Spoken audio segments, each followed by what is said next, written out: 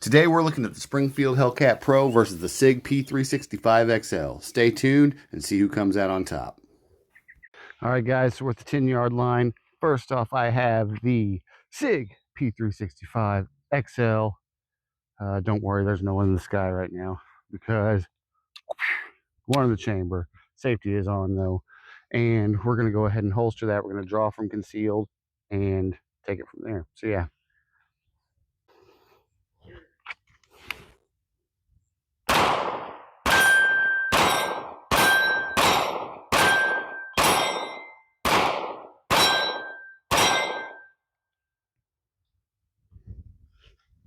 Not too bad, not too bad. Still a little whippy, but I've been shooting 1911s a lot lately. And even that little CSXE series, because it's a metal frame, I think it's less jumpy than some of these. All right, next up we have got the Springfield Hellcat Pro. So, yeah, that thing cocked and locked. Well, not locked, which is uncomfortable for someone who's used to carrying a P365XL and 1911s. I am not super comfortable with the Glock style trigger safety being the only thing I got. But you know what? I got to get comfortable with it if I want to carry something like this. So let's see how it goes. The Hellcat Pro. Here we go. 10 shots. Everybody knows the rules.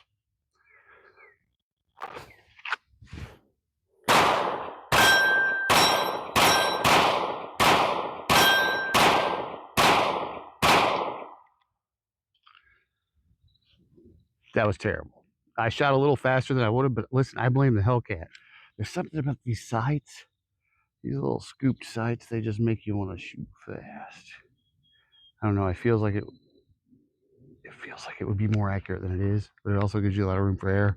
Also, let's not lie and say none of that was my fault. All right, guys, I've got one round in each the SIG and the Hellcat. I'm just going to do a nice little slow trigger squeeze, see how that feels. So first off, we're going to go with the SIG.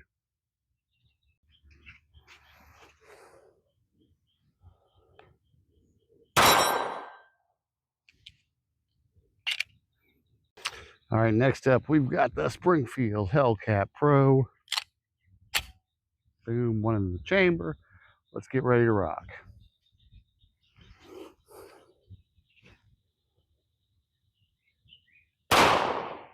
Missed. All right, so it looks like so far, to me, the Springfield Hellcat Pro, I am not very accurate with it.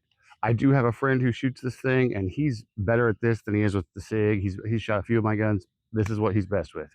I'm a little rusty on iron sights. I've been carrying a red dot for a while, so who knows if that's part of it, but that thing wasn't doing it for me. So yeah, I got to give the accuracy mark to the SIG P365XL. I've also shot this thing more, so there are a lot of different variables there. But then also trigger pull wise, this thing felt like half the weight of the Hellcat. Had a clean break, had a good reset.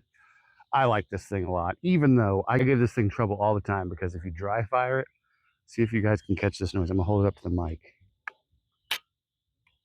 Dunk. Sounds like a Nerf gun. I hate that. Little reset. Click. Boom. No bueno. All right, guys, try to get a little redemption with the Hellcat. 10 yards. I'm going to try to take my time and see if I can hit these guys.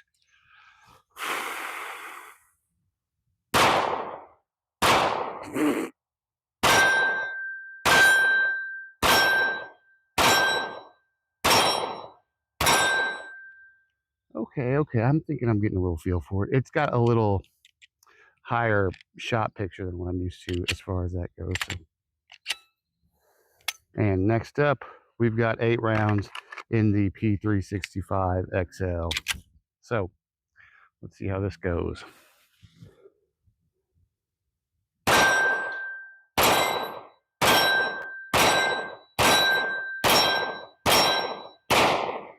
This is the last one. Got a little overconfident, but yeah, still got to give the favor to this bad mamma jamma on that. So, All right, so obviously the last test we could do here is the dual wieldability test. Let's see how it goes.